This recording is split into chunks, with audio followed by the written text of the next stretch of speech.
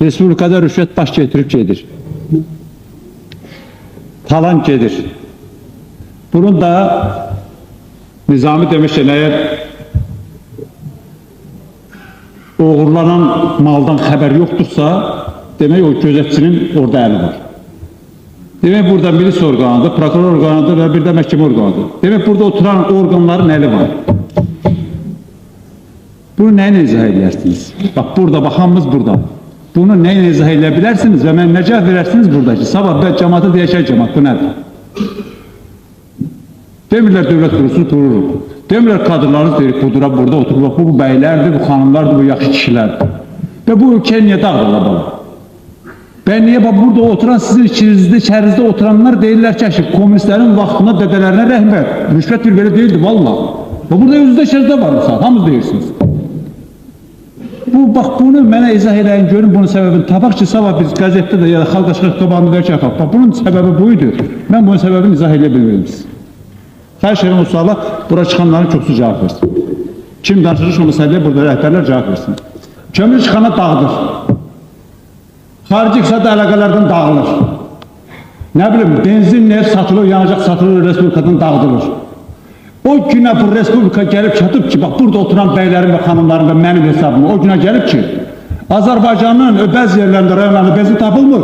Aman Ermənistan Azərbaycan benzin aparılır, satılır, özdə küllü pulla. Bunu adi vətəndaş bilir. Biz hamımızda deyirik ki, sonra deyir ki, bu hökumət nə vaxt dağılacaq, canlı tutarsın. Çoxsu burada oturanların bəziləri deyirlər ki, bunlar bir yığılsaydı canlı tutaraydı, xalq cəbhəsindən, laf cəbhəsindən.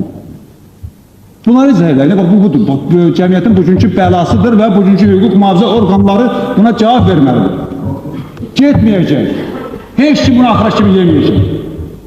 Buna bir dəfəli hamı yaxşı. Hakimə necə deyə bilərəm ki, sən milyoner bərpa eləyəsən? Qaydım nə deyər ki, fəlan milyarderləri bərpa eləyir. Nə deyir?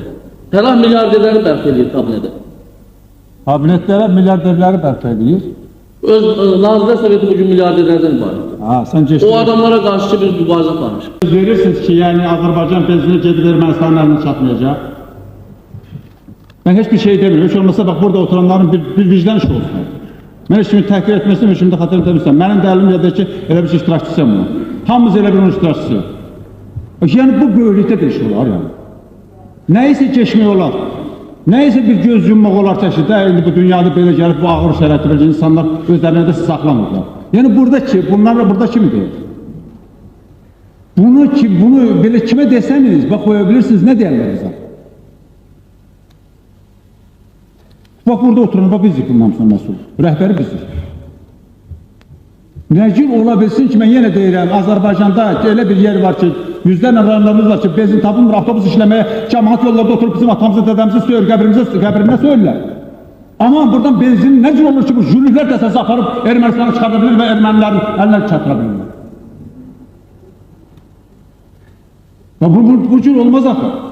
Bu tapılmalı meydana qoyulmalı ki, yəni bunlar kimlərdir cinayətkar? Kimdir bu iştirakçılar? Bizdə məlumat var, biz aşkar eləmişik ki, respublikadan aparılan, respublikanın həm ərazisindən, həm özündən aparılan benzin Tiflisdə bir neçə deməli müəssisələr yaradılır.